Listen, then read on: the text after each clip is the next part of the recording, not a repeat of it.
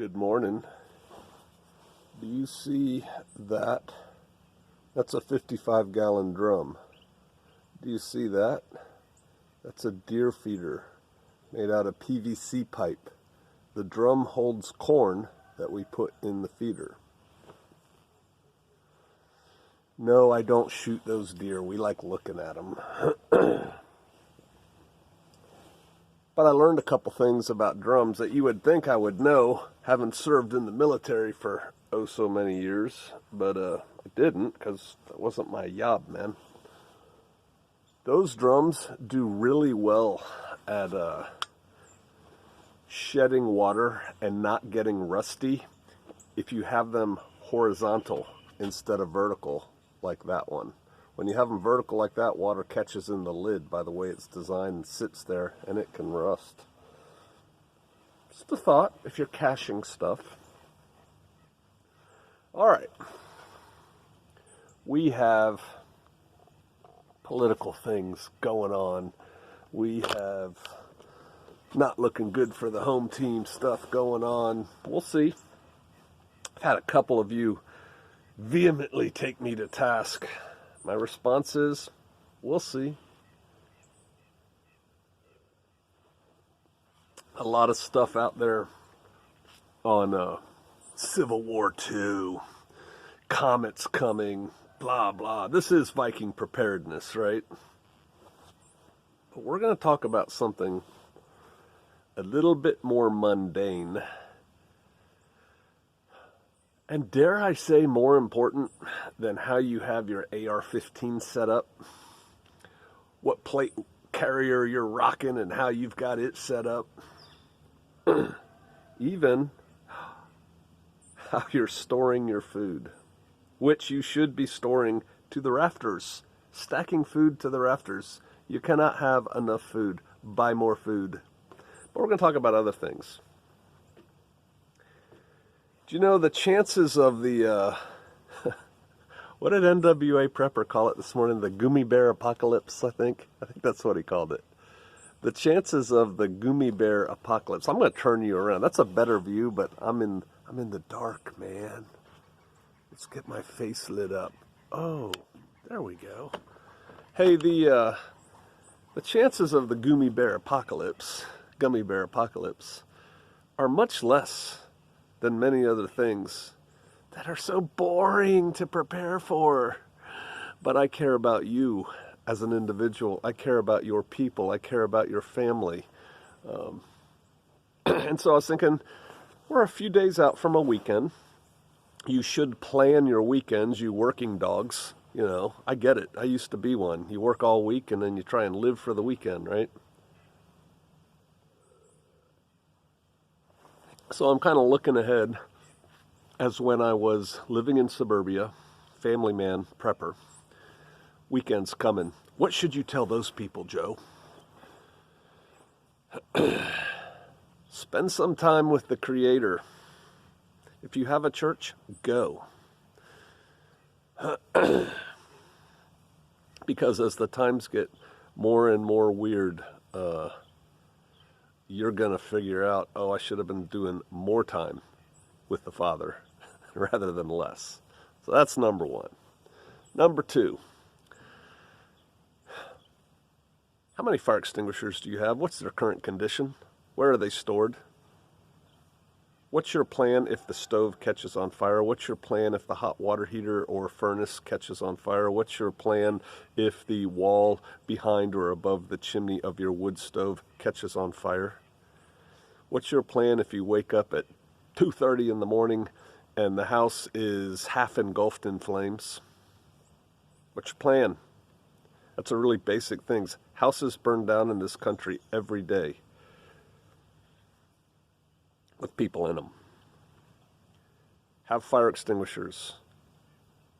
Does everyone know how to use the fire extinguisher or just you? You know, I think I learned how to use a fire extinguisher when I was in about 3rd grade, honestly. Went to a class where they set a big thing on fire. We got to put it out.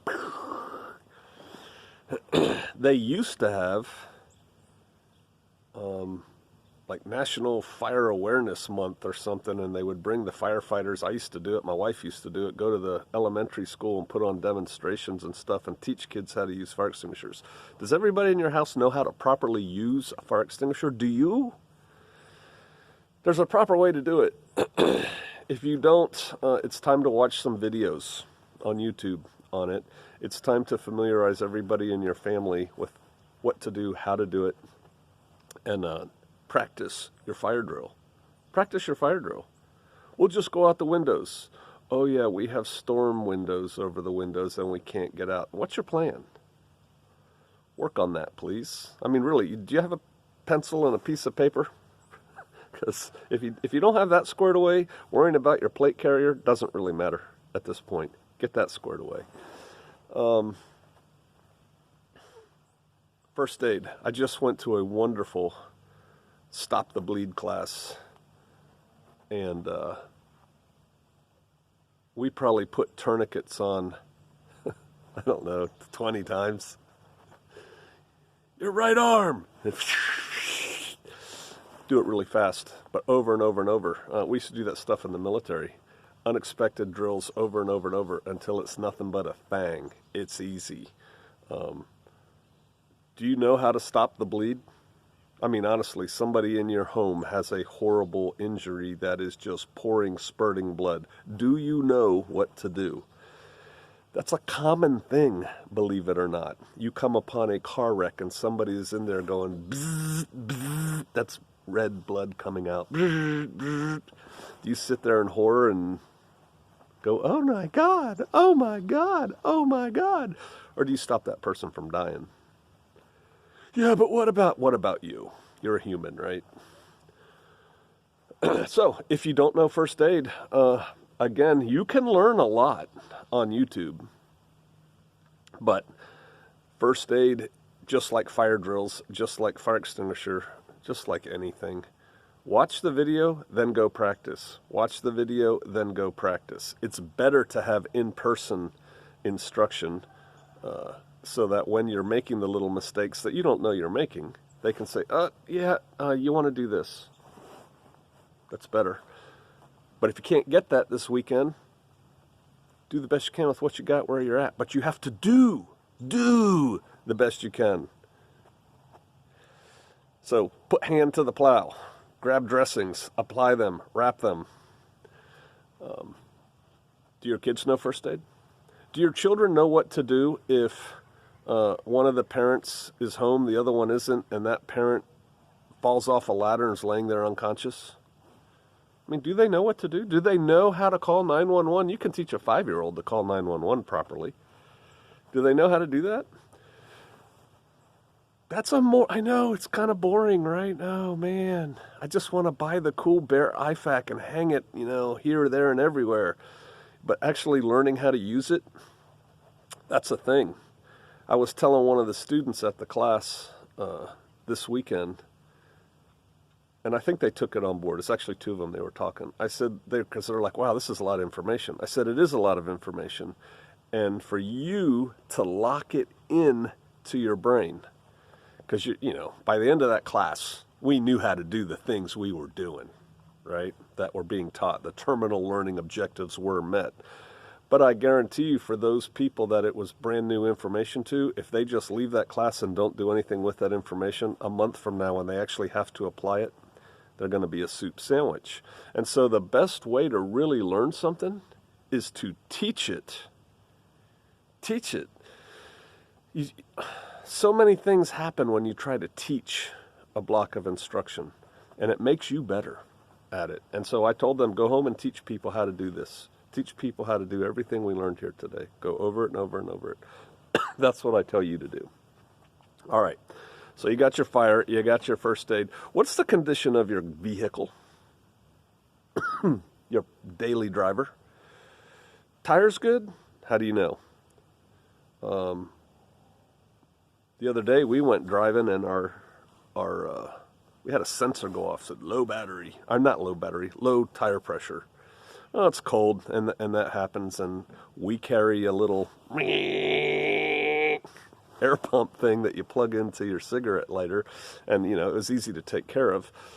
But while I was doing that, and because it doesn't tell you what tire, so I checked all 4 tires. While I was doing that, I noticed, yeah, my tires could stand to be replaced. Oh, there's thousands of miles of wear left on them, but for those of you who haven't been here, it's rough on Shofar Mountain, and we have flint rock in our roads that just eats tires. And so rather than have some catastrophic blowout when we don't need it, like when we're going to the hospital for something, Yah forbid, I think it's time to spend some money, and they ain't cheap, gang. You know that.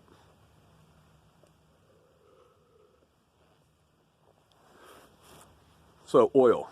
What's the condition of your oil? I'm just talking basic stuff. Air pressure of your tires. How full is your tank? Related to that, how much gas do you have stored right now? Is it stored safely? Do you have a fire extinguisher nearby, not with the gas, for if the gas catches on fire that you can deal with it? Is it properly rated? Do you know how to do that? You know, see, that just kind of follows threads with your mind. But in your vehicle, do you have a first aid kit? Do you have a first aid kit that could deal with a car wreck, which means a trauma kit? Do you know how to use it? COVID. I recommend everybody keep what I call a boo-boo kit in addition to your first aid kit in the glove box of your car. And this could be something as simple as a little sandwich-sized Ziploc bag, quart-sized Ziploc bag, Band-Aids, some Neosporin, a little bit of tape.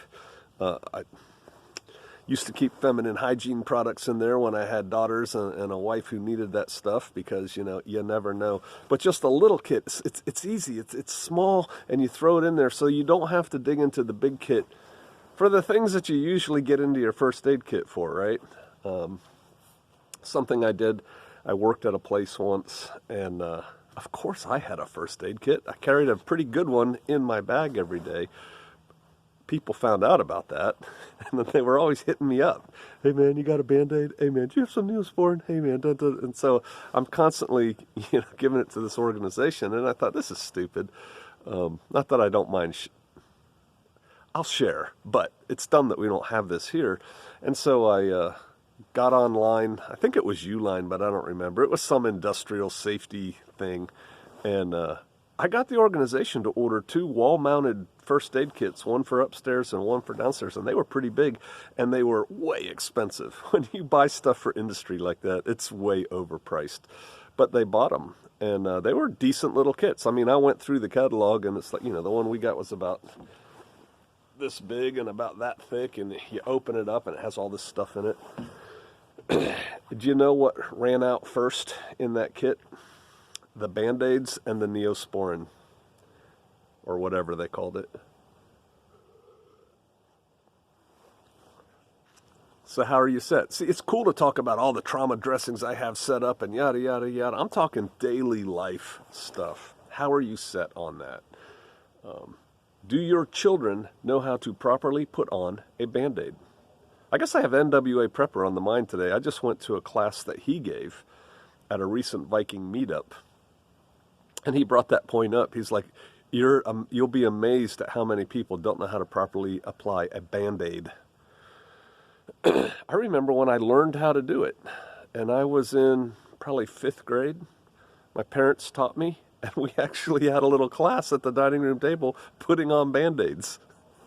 No, don't touch the gauze part. And so that was cool. Boom, we're back to the car. But you need a little boo-boo kit that you can just pull out without having to dig through everything. People love talking about their BOV loadout and their daily driver loadout and yada, yada, yada. I'm talking about simple things. Where is your ice scraper? Right? Where is it? Do you have access to it? Can you reach it? I like carrying 2 so that if the passenger feels like helping, we can get it done faster, right? If you have a vehicle that tows, where's your tow strap or your tow chain, whatever you're using? You should use this, you should use that, whatever. Where is it? Do you know where it is? I just pulled out in the last 4 days, let me get this lie straight, at least 3 vehicles. Had to snatch them out, maybe more. Wasn't a thing. It's almost a drill with us. We know how to do it quickly and efficiently. Do you? Do you know how to jump a car? Do you know how to jump a car? Have you done it? These are normal daily things that can happen to you for which you should be prepared, because if you're not, then things have a tendency, that's probably too strong of a word, have the ability to cascade and to get worse and worse and worse. And yes, what are we on? The gummi bear apocalypse. The gummi bears could be coming over the hill and you get in your car to go and it doesn't start, or you don't know how to jump it, or somebody falls down and goes boom and they have an owie. And you see, it's all basic stuff that you need to be able to do. But sometimes going back and focusing on the basics. Do you remember when I said the other day that in Special Forces we were really, really good at the basics? I told a story here before. I'm not going to tell again. It's too long. But I was a liaison to the Gurkhas for a while, and they did war games with our whole brigade, and just did really well against our brigade, which we thought was pretty good, and beat them every time. And then afterwards, I had to go on a talk show circuit, and explain how the Gurkhas just ate our lunch repeatedly. And they weren't happy when I told them they didn't do anything sexy. They just did the basics really, really well. That's where it's at, gang. Front sight press, front sight press. That's it. All right, so you got that. Heat. What's your backup heat plan for reals? It's starting to get a little bit more sophisticated, but I mean, have you changed the filter on your furnace lately? Do you have other ones stacked up? When I used to have a furnace, I don't anymore. I had, because I'm me, probably 4 or 5 at any given time, extra filters to go in my furnace. I used to just keep them up above the furnace.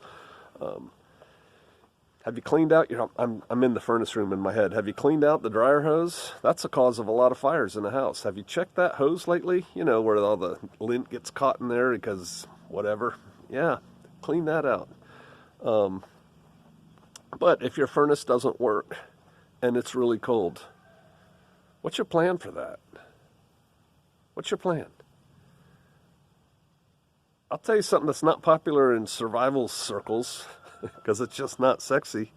You will not die in your house, even in northern Maine in winter, if you all get in the same bed and put all the blankets on top of you and you all sleep in there. You'll be fine. If you have sleeping bags, mo better. Just get in sleeping bags and lay in your bed in your sleeping bag. You won't freeze to death. You will have to wear more than just your boxers when you go to sleep, but you'll do fine. But that's not a great plan, right? It's kind of hard to cook eggs when you can't see that, but it's cold out right now. When it's that cold in your house. So what's your plan? Work on that. You have a buddy heater and an ample supply of propane? Do you have a kerosene heater and an ample supply of kerosene? Do you have a wood stove with an ample supply of wood? Are you ready to go? Fireplaces don't work that well at heating up a house. They actually kind of suck heat out of a house, believe it or not. But you can get these things called fireplace inserts, which is kind of like a half wood stove, and they work okay. But what's your plan? It's wintertime. What's your plan if, for whatever reason, your primary means of heating your house doesn't work anymore?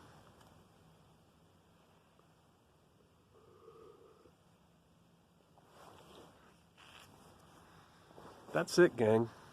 Basic stuff. Basic stuff. What's your water situation? I'll give you, believe it or not, we have a lot of bottled water that we bought in the flats, those bottles that are in the flats. We have a lot of that. And we have several wells that have been tested. One, you can drink any water if you treat it properly, but one is not drinkable out of the well. It comes out muddy a lot. But we have the main well, and it's done great. We've had it tested. It's water like Yah created it. That's what I tell people. Recently, it started being really sulfur water. It just started. We've been using it for years, and it just started being sulfur water. And so we've been drinking water that we buy. I also have rain catchment. My rain catchment system is not good. It's good. It's not great. It's pretty janky because it's on the list. Because I have rainwater, good enough for now. But now I'm thinking, okay, you know, earthquakes in diverse places, that could happen. My well could dry up for some reason, my main well, and I need to get on my water catchment systems better. Do you have one? I know that's more advanced now, right? We're not in the basic stuff, but let's bring it back down to the normal things you can do this weekend. How much water, drinking water, do you have in your home right now? Could you go 4 days with no water coming out of your tap? Could you? How do you know? Want to try? Because water's cheap. That's an easy drill to do, and then you can replace all your water. It doesn't cost very much. It's not like you ran through 1,000 rounds of ammo, and it's irreplaceable at this point. We were at High Prairie Acres years ago living there, and the water went out, and imagine that, we had lots of backup plans, but the one we used that was the most convenient was all over our house. We had the 2-liter soda bottles, because I used to work in an office where everybody drank that crap, and I'd always bring the bottles home and fill them with water. And we would just fill up the back of the toilets with that water and flush them, and it worked great, no problem. It was easy. I had a pool full of water, I had barrels full of water, I had a creek, I had everything, but it was just very convenient just to reach under the bed, fill up the tank. What's your water situation? That's an easy thing to address this weekend. All right, so this coming up weekend, focus on the basics. Make sure your basics are covered before you worry about the next tactical coffee cup that you need to buy, so we're ready for the gummy bear apocalypse, man. Focus on the basics. That's where all the goodness comes from. All right. Hey, and you know other basics. I know you do. Put them down below, because you actually may come up with one that I was like, oh, dang, I haven't done that for a while. And then I'll go do it. All right. Hey, I appreciate you. I'll see you out there.